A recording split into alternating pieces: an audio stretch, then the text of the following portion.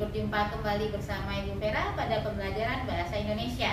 Assalamualaikum warahmatullahi wabarakatuh. Bagaimana kabarnya pada hari ini? Semoga kita semua berada dalam keadaan sehat dan tetap bersemangat ya. Baiklah, sebelum memulai pembelajaran, ada lebih baiknya kita berdoa menurut agama dan kepercayaan yang kita anut. Berdoa dimulai. Berdoa selesai. Sebelum kita melangkah jauh pada tujuan pembelajaran kita pada hari ini, ada lebih baiknya kita kupas kembali pembelajaran kita pada minggu kemarin, yaitu bagaimana cara menyimpulkan teks prosedur.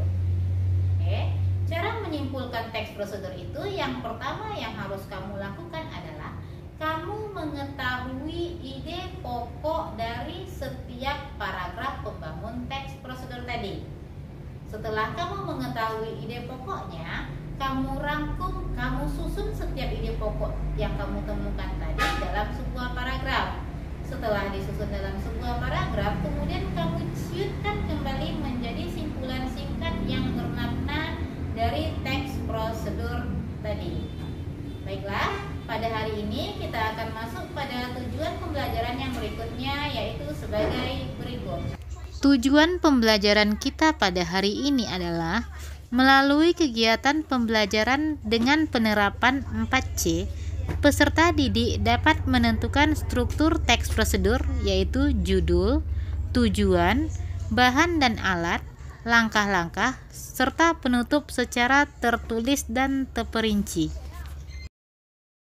Agar tujuan pembelajaran yang sudah dijabarkan tadi dapat dicapai dengan hasil yang maksimal, ada lebih baiknya kalian perhatikan dan kalian simak video pembelajaran mengenai struktur teks prosedur berikut ini. Sambil menyimak, Ibu juga minta kepada kalian untuk menuliskan bagian-bagian yang penting dari video tersebut sebagai referensi belajar kalian pada hari ini. Yang sudah kita pelajari sebelumnya, teks prosedur juga memiliki struktur. Struktur teks prosedur disesuaikan berdasarkan jenisnya. Misalnya, struktur teks prosedur cara membuat sesuatu dengan struktur teks prosedur cara melakukan sesuatu ada perbedaan, yaitu struktur teks prosedur cara membuat sesuatu terdiri atas 4 bagian, yaitu tujuan, bahan dan alat, langkah, dan penutup.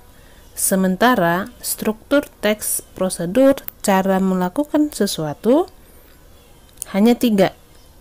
Untuk bagian bahan dan alat tidak ada. Nah, sekarang mari kita bahas bagian-bagian atau struktur teks tersebut.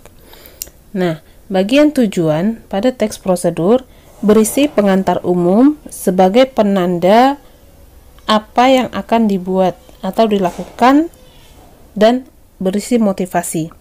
Nah, pada bagian ini penulis mencoba menangkap minat pembaca pada produk atau kegiatan yang akan dibuat panduannya. Biasanya menggunakan pilihan kata yang mampu menarik perhatian, seperti mudah dibuat, cepat, murah, dan lain-lain. Nah, di bagian ini disarankan dihindari ungkapan negatif seperti susah dilaksanakan dan akan memakan waktu lama.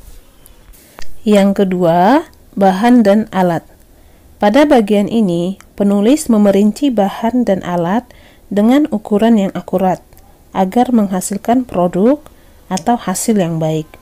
Sebagai contoh, 1 kg tepung. Di contoh ini diberikan ukuran akurat 1 kg. Artinya jangan lebih dan jangan kurang. Yang ketiga, langkah-langkah. Langkah-langkah dalam teks prosedur merupakan inti dari tujuan teks prosedur. Bagian ini berisi urutan langkah secara rinci bertahap.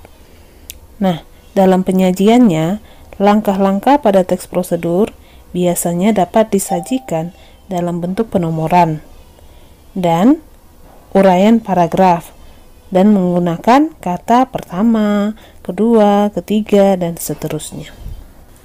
Selain dari bentuk penyajiannya, kita juga bisa dengan mudah mengenali langkah-langkah pada teks prosedur, yaitu banyak menggunakan kalimat perintah, kalimat saran, dan kalimat larangan. Dan yang terakhir adalah bagian penutup. Penutup biasanya berisi penekanan pada keuntungan dan ucapan selamat. Bagian ini bisa dikatakan opsional, artinya bersifat pilihan, tidak wajib, bisa ada, bisa tidak ada. Karena isi dalam penutup adalah merujuk kembali ke hal-hal pokok yang telah disebutkan dalam pendahuluan dan diulang kembali dengan kata lain atau sinonim, atau bisa juga berupa ucapan selamat dan memotivasi orang untuk melakukan yang sudah dijelaskan.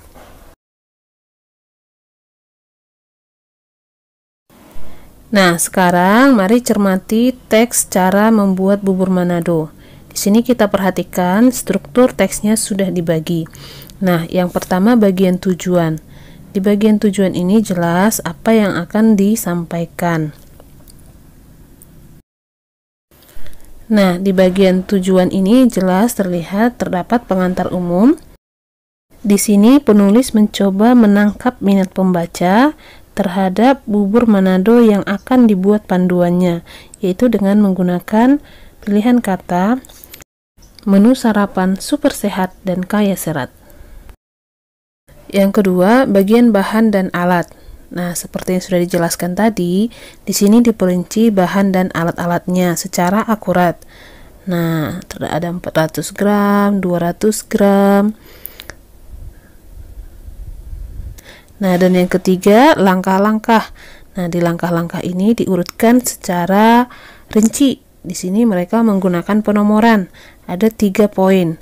Nah, bisa juga terlihat di sini kalimat perintah. Contoh, didihkan air, masukkan berurutan nasi merah, singkong, ubi, jagung, dan seterusnya. Dan yang terakhir adalah bagian penutup. Nah, di bagian penutup ini ditekankan kembali apa keuntungan yang bisa didapat dengan membuat bubur Manado, yaitu selain mudah, murah, juga sehat. Nah, selain itu juga dapat melestarikan menu makanan tradisional. Selamat mencoba. Nah, itu adalah kata-kata yang memotivasi pembaca jika ingin membuat bubur Manado. Nah, sekarang perhatikan struktur teks cara melakukan pekerjaan. Nah, di sini teks yang disediakan adalah cara mencuci tangan dengan baik dan benar. Nah, pada bagian ini kita lihat bagian tujuan. Nah, di tujuan ini jelas berisi pengantar. Nah, di sini terdapat kata-kata yang juga menarik perhatian si pembaca, yaitu dengan kata-kata menjaga kebersihan diri tidaklah sulit. Nah, artinya kita menjaga kebersihan juga untuk kesehatan diri sendiri. Nah, kemudian di bagian bahan dan alat tidak ada, karena ini adalah masuk pola yang kedua, melakukan pekerjaan. Jadi langsung ke bagian langkah-langkah. Nah, langkah-langkah ini diurutkan secara rinci, ada sampai 10 poin. Nah, tentunya di sini juga terdapat kalimat perintah seperti basahilah tangan, kemudian gosoklah, pasangkan, dan lain-lain. Dan yang ketiga bagian penutup. Nah, di penutup ini di sini diingatkan kembali, ditekankan kembali dengan mencuci tangan yang benar, kita akan terhindar dari penyakit. Nah, dia memberikan ucapan selamat di sini, selamat menyongsong hidup sehat. Latihan. Tentukan struktur teks prosedur di bawah ini. Akhirnya kita sampai di penghujung pembelajaran pada hari ini. Sebelum kita akhiri, Ibu akan menyimpulkan kembali pembelajaran kita pada hari ini mengenai struktur teks prosedur.